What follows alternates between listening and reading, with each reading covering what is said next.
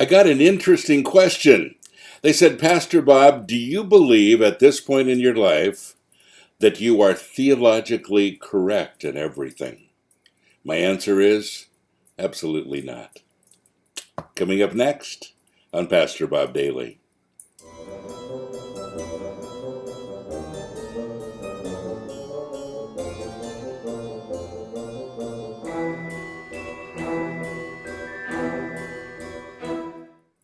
You know, I've spent my whole life studying the Bible. It's a lot of life. I'm 63. Been a Christian for 58 of those years. And, you know, besides my formal education in the Bible, I've studied on my own for a long time. Gone back to study the original Greek, the Hebrew, you know, going into a lot of detail, reading a lot of books besides the Bible, theological books. And I pretty much have my opinions on a whole lot of things. And I also realize that over the years, I've changed my mind on a few things. The more I learn, the more I see, the more I dig into Scripture, the more I realize that even some of the things that I was taught are not exactly the case. And I think we're always fine-tuning. I don't believe my opinion on the doctrines of salvation have changed. I know how to get saved, and I believe that, and I'm solid with that. But there's so many things that, for me, they're almost gray areas. I'm not sure.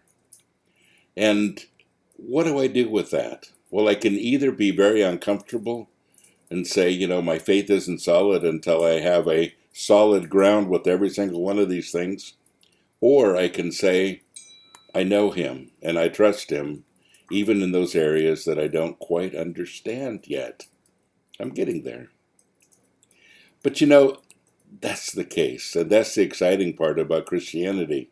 We're always learning. It's always an adventure. We always have more that, you know, to figure out. I used to tell people when they would sit into my classes when I was teaching a lot, that my goal was two things: to teach them how to be a student, give them the tools to study themselves, and secondly, for them to leave with more questions than they came in with. Sounds a little strange, doesn't it? But you know, that's the spice of life for Christianity. To always learn, to always wonder, to always, you know, dig in, and I think that's the best part. But what about some of those things? You know, one person left a comment last week on one of my posts, and he said, I believe that when we get to heaven and we're walking with Jesus and we're talking about some of our doctrines, we're going to say, what? Really? Is that the way it really is? Because that's certainly not what I got. You know, I think we're going to be surprised at some things that we were really off in. And I fully expect that to happen.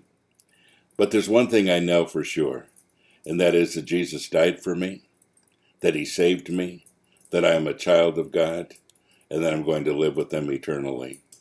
We can agree to disagree on a lot of other things. That one thing I'm solid in. So anyway, don't let doctrine divide you. Don't let it happen. You know, it's not worth it. The thing that's worth it is, first of all, to believe that Jesus is the center point. His death on the cross provided a way for you to live eternally with God. And secondly, that our foundation is love, unconditional love. And I can love you no matter what you believe from there. Well, even if you're not a Christian yet. You know, everything we do is grounded in love, and that's the most important thing.